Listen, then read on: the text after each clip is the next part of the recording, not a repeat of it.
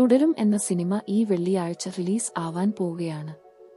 പടത്തിന് ഒരുപാട് പ്രമോഷനും കാര്യങ്ങളും ഒന്നും അധികം ഇല്ലെങ്കിലും പ്രേക്ഷകർ വളരെ പ്രതീക്ഷയോടെ കാത്തിരിക്കുകയാണ്. എന്നാൽ തന്റെ സിനിമയെക്കുറിച്ച് സംസാരിക്കാൻ തരുൺ മൂർത്തി ചില ഇന്റർവ്യൂകൾ കൊടുത്തിട്ടുണ്ടായിരുന്നു.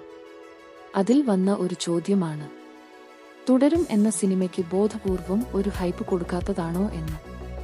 എന്നാൽ തരുൺ മൂർത്തി അതിന് മറുപടി പറഞ്ഞത്, ഈ സിനിമ പ്രഖ്യാപിച്ചപ്പോൾ മുതൽ ഈ സിനിമ കാണാൻ കാത്തിരിക്കുന്ന ഒരുപാട് ആളുകൾ ഉണ്ട്. അത് നമുക്ക് ഓരോ ഘട്ടത്തിലും മനസ്സിലാകും. എമ്പുരാൻ എന്ന സിനിമയുടെ അത്രയും തന്നെ ഇതും പ്രേക്ഷകർ കാത്തിരിക്കുന്ന സിനിമ തന്നെയാണ് എന്നാണ് ഞാൻ മനസ്സിലാക്കുന്നത് എന്നായിരുന്നു തരുൺ മൂർത്തിയുടെ മറുപടി. കാരണം ഒരുപാട് നാളായി ലാലേട്ടൻ ഇങ്ങനെ മണ്ണിൽ ചവിട്ടി നിന്നിട്ടുള്ള ഒരു സാധാരണക്കാരന്റെ കഥാപാത്രം ചെയ്തിട്ട്.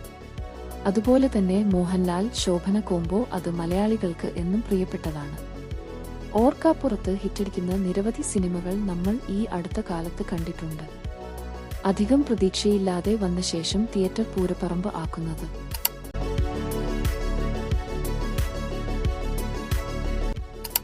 എന്നാൽ തുടരും എന്ന സിനിമയ്ക്ക് പ്രതീക്ഷയില്ലെന്ന് ഒരിക്കലും പറയാൻ പറ്റില്ല. അതുകൊണ്ടുതന്നെ സിനിമയ്ക്ക് മുമ്പുള്ള ആഘോഷങ്ങളും പ്രതീക്ഷകളും ഒന്ന് കുറച്ചുകൊണ്ട് സിനിമ വന്നതിനു ശേഷം ആഘോഷിക്കാം.